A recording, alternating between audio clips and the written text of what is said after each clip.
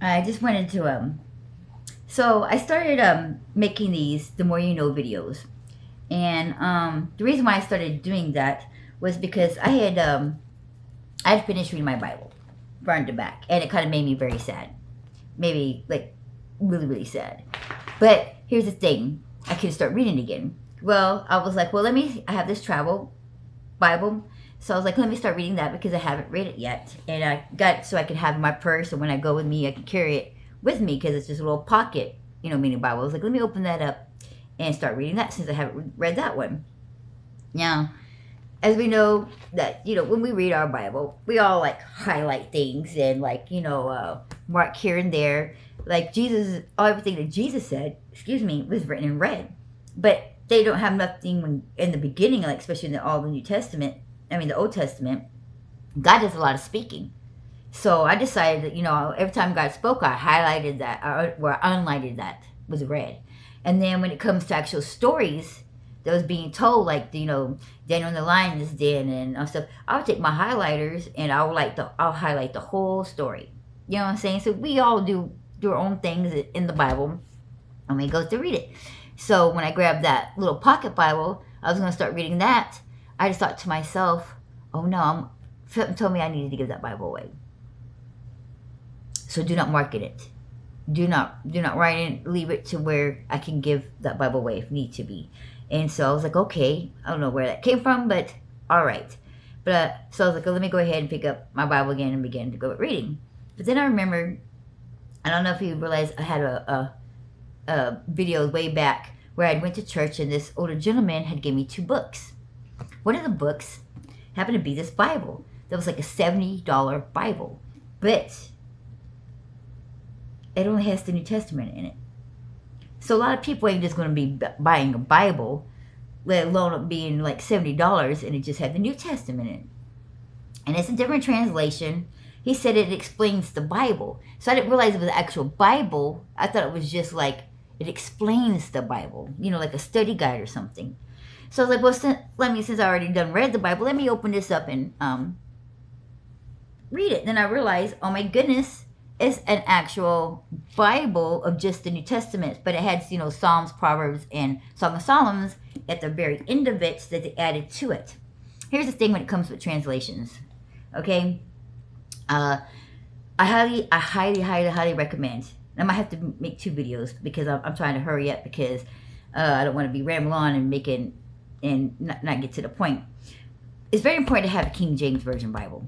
I mean, very, very key important, okay? So even if you're going to get like the New King James or whatever, a Bible that translates the Bible to different wordings to be a little bit easier, make sure that you have a King James versions. Here's the reason why. The New King James versions is missing scriptures. And it's the very important scriptures that is missing. It has to do with fasting. Now here's the thing, just so you know, that in the Bible it clearly states where the disciples was trying to get demons out, and this one little boy, they could not get the demons out. And they asked Jesus, why couldn't we get the demon out? And he said, because these certain level demons require fasting and prayer, in which they have not done. Because if you remember, the disciples even asked him, hey, why John the Baptist is man, these people over here, the Pharisees, they all fast and everything, but we're not. And he clearly says, why would the people of the bridegroom mourn when the bridegroom is sitting with them? There will be a time that I won't be with you anymore, and then you'll be time for your fasting. So that's why they could not cast out these demons, because they have never fasted before. And that's why it's very important that we know about fasting and read about how important fasting is. And see, when you take certain whole verses out of the Bible, you don't need to be reading that Bible. Now, if you need to read it so you can understand the words a lot better, that's great. But make sure you read the King James Version Bible along with it, so that way you're not missing these important verses. Now, not only that, but they can twist what the words say. So you're missing out on a very well, when they do that, you're missing out on certain words that is very key here. When they go to translate it, they are leaving out very important things. Now, there's this lady who's making a post, doing a video where she was reading the book of Revelations, and she was talking about the description of Jesus. Well, she was sitting there saying a lot of people just assume, being woke because of Africa and everything being rose up and all these other posts going through, that Jesus was African American and all this and that. And then she was like making videos, no, he is not. And I hate to tell you all that, but he is not, because it clearly doesn't say in there. So there's people even though making comments saying that he must have been clear and it was just getting out of hand.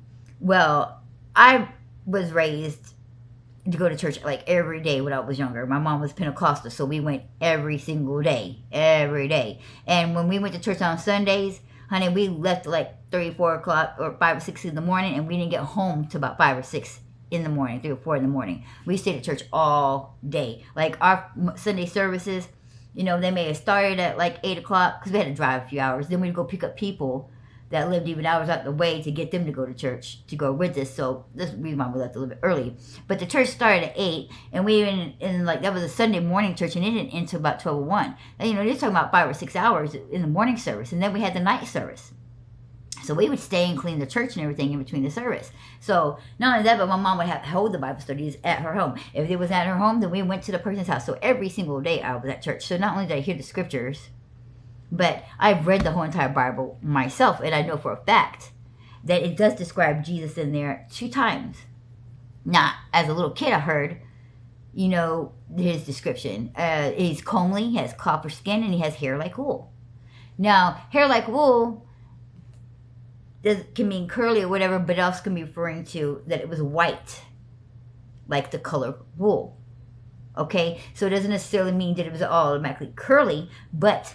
and his eyes were like fire, like flames. So a lot of people try to, say that Jesus had these nice blue eyes and stuff, but actually had these like glowing, beautiful, fire flame colored eyes. The kind that's like not exactly brown or hazel, but almost like a reddish brown. Like mine are like a gold yellow brown. Sometimes they get very yellow.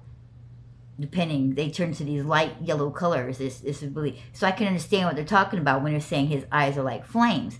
He probably had this light brownish red glowing flamish eyes that are just this beautiful color that nobody has.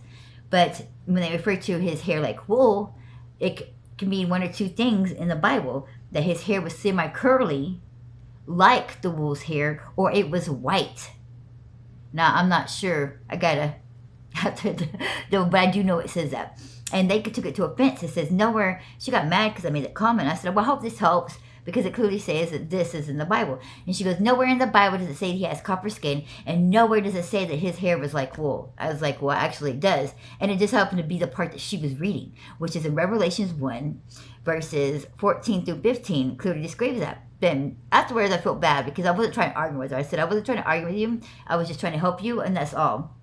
And, so I wasn't going to make a debate, so I didn't make any more comments on there. I just told her, you can Google it for yourself. Did you see what I'm saying? I was just trying to help.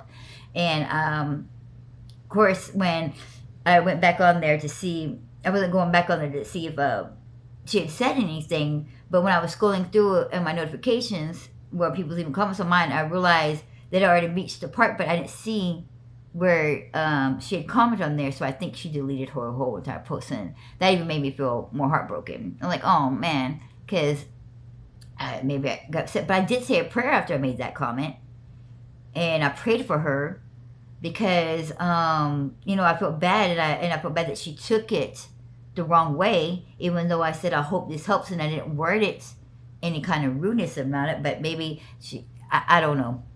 I don't want to be dawning on that whole thing. But then after I said the prayer though, and I'm gonna make a part 2. Sorry, I just realized I'm running out of time.